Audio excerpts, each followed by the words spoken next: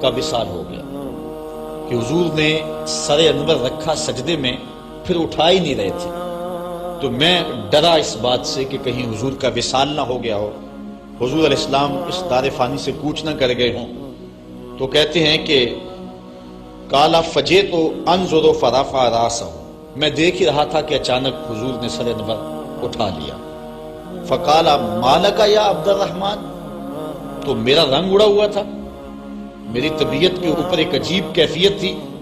حضور نے سر اٹھایا اور مجھے اس حالت میں دیکھا، کہا کہ اے عبد الرحمن تجھے کیا ہو گیا؟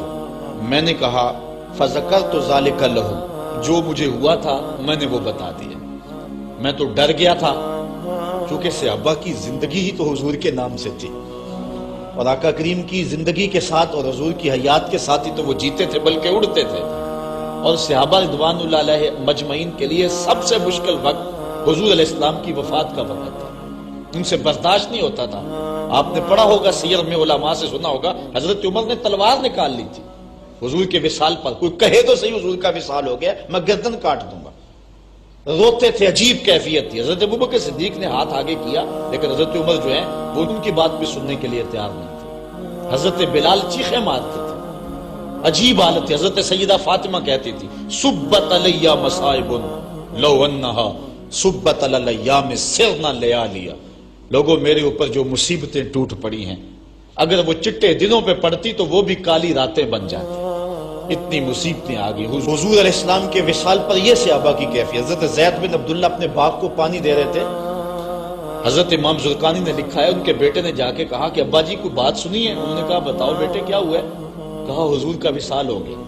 تو حضرت زید نے یوں ہاتھ اٹھائے اور سنو انہوں نے کیا کہا، اللہم اذہب بصری حتی لا ارا بعد حبیبی محمد احدا، اے اللہ مجھے اندھا کر دے، مجھے نابینا کر دے۔ آنکھوں کے چراغ روشن اس لیے تھے کہ تیرے رسول کو دیکھتا تھا، اب حضور اگر اس دنیا سے چلے گئے تو میں نے آنکھوں کی چراغ کیا کرنے؟ تو اللہ تعالیٰ نے ان کی دعا قبول فرما لی اور وہ فوراً نابینا ہو گئے۔ کسی نے بعد میں ان کے پاس جا کر افسوس کیا کہ تمہاری آنکھوں کی بینائی جاتی رہی ہے، بڑا افسوس ہوا ہے۔ وہ فرمانے لگے تمہیں ہوا ہوگا، مجھے تو کوئی نہیں ہوا، میں تو حضور کے بغیر کسی کو دیکھنا ہی نہیں چاہتا۔ اور اعلیٰ حضرت فرماتے ہیں کون نظروں پہ چڑھے دیکھ کے تلوا تیرا، جس نے آپ کو دیکھا پھر وہ کسی کو جو ہے وہ اور کیوں دیکھے۔ تو یہ صحابہ کی کیفیت تھی۔ بلکہ غدابہ نامی اونٹنی جس پہ حضور سواری کیا کرتے تھے، کتب میں آتا ہے، صحیح روایات ہیں، وہ حضرت فاطمہ زہرا کی دہلیز پر سر رکھ کے رویا کرتی تھی۔ اور وہ یافور نامی دراز گوش جس پہ حضور سواری کیا کرتے تھے، جس کو ہم اپنی زبان میں گدھا کہہ لیتے ہیں لیکن نسبت رسول سے ہوگی تو پھر اس کو دراز گوش کہیں گے، تو وہ قبیلہ بنو سلیم کے کنویں میں چھلانگ لگا کے مر گیا کہ جب حضور چلے گئے ہیں تو ہم نے جی کے کیا لینا۔ یہ کیفیت جانوروں کی تھی۔ اللہ اکبر۔ تو حضور کی جدائی کا صدمہ کون برداشت کرے؟ آپ نے سنا نہیں کہ استن حنانہ حضور کے فراق میں کیسے تڑپ تڑپ کے روتا تھا؟ صحاح میں روایت ہے، لگتا تھا جس طرح پھٹ جائے گا۔